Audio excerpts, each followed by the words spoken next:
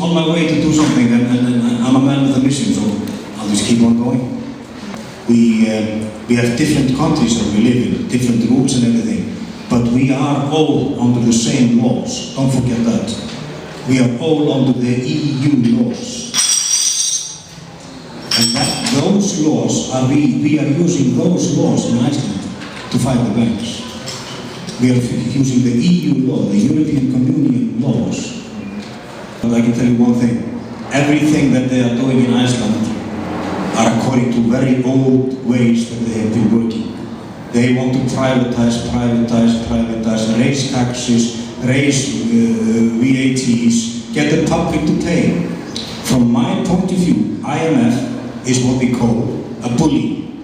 And they are bullying countries to pay their debts for the financial institutions. But remember one thing, we all believe in the internet, but in the end, it's always about people coming together.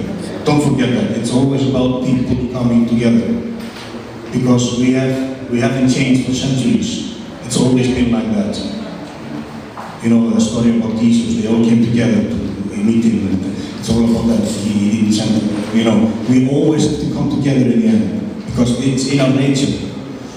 And if we can find a platform to collaborate, get ideas and then change ideas and find ways to make our things simplified and make these things simple, to get them through to the people who are still waiting for something to happen and still believe that this is going to go away and they're going to wake up and think it was a dream. We have to make it simple for them. We need to unleash the valuable experience and knowledge that that we have throughout Europe because of our joint effort to make society sustainable and just. All of us in here, we have a lot of experience and a lot of ideas and a lot of things to get through to people. And we need to get it through in any which way we can. We need to organize our operator and encourage people to join the cause. We need to develop and define few basic objects, and that's my idea for this. We need to find few very basic objects and things that we can agree on.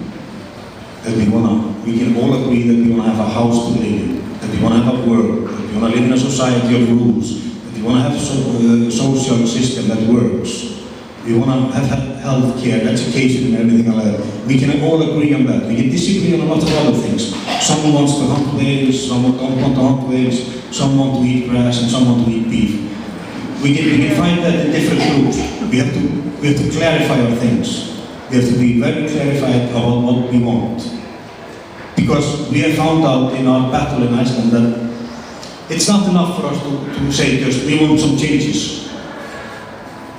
Because we have done that, we have done the changes. We took on government down.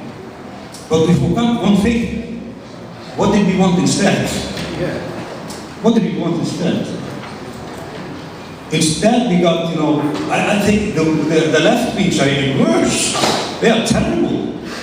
They are doing things that I was standing alongside those people back, fighting, shouting in streets and having demonstrations and meetings, and they were standing next to me, and now they just go, everything that they said has been a lie.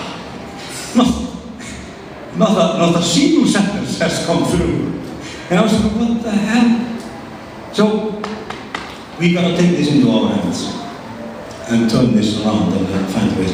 We've got to clarify these means to these basic objects. We've got to find ways to get them through in a very simple way, to get people to join us, to get people to wake up and say, excuse me, we don't want to be owned by banks. We don't want to be privatized.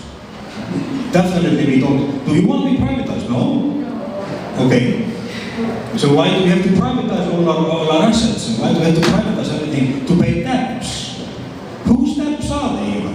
Who took those loans? I didn't. I didn't take those loans. Whose debts are they? And who do we owe all that money to? Does anybody know that? Because I would love to have a name, telephone number, and an email. And that's what we did also in Iceland. In small groups, we found out all kinds of different things. We found out ways to annoy people who were in power. We found their emails, we found their homes, we annoyed them there, we did send them letters, we fought them on their terms. It's no use for us to go out to a street where nobody is coming to protest. Nobody will see you, nobody will notice you. So if you want to protest something, do it in front of the parliament. Best if you can do it inside the parliament. But we gotta use methods that gives us advantages. And that's what we did. Some groups that I didn't even, agree on or whatever you call it, I was not very fond of them, but they were still doing very brilliant work. They went into banks, protested, they went to the bank managers, they went to the Prime Minister's house, they did all kinds of different things, and all came into to reasonable, it all came into that we got everything that we asked for in the revolution, it came through.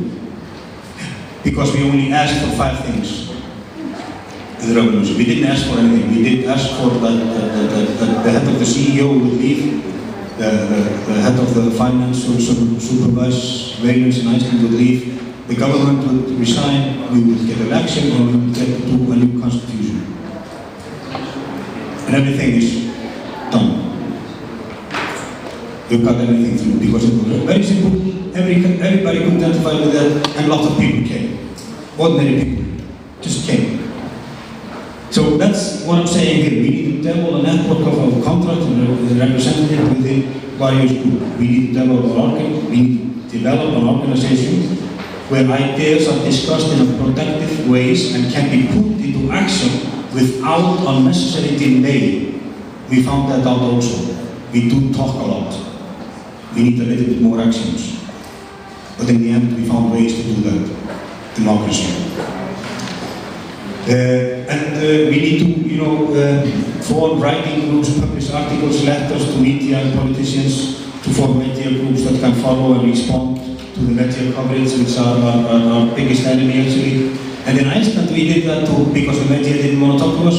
We called them into a meeting. We called them into a public meeting. We had 1,200 people sitting in front of the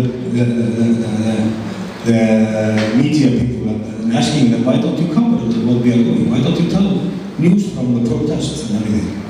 And they were going, it was like a telephone that went on.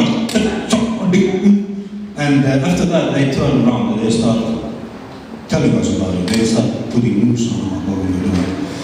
Anyway, that's more or less what comes out of my heart, but there's one thing that I can tell you that we learned also. We should be angry. We should be very angry, but don't get mad. Because a mad person doesn't do anything, but an angry one is a very powerful thing.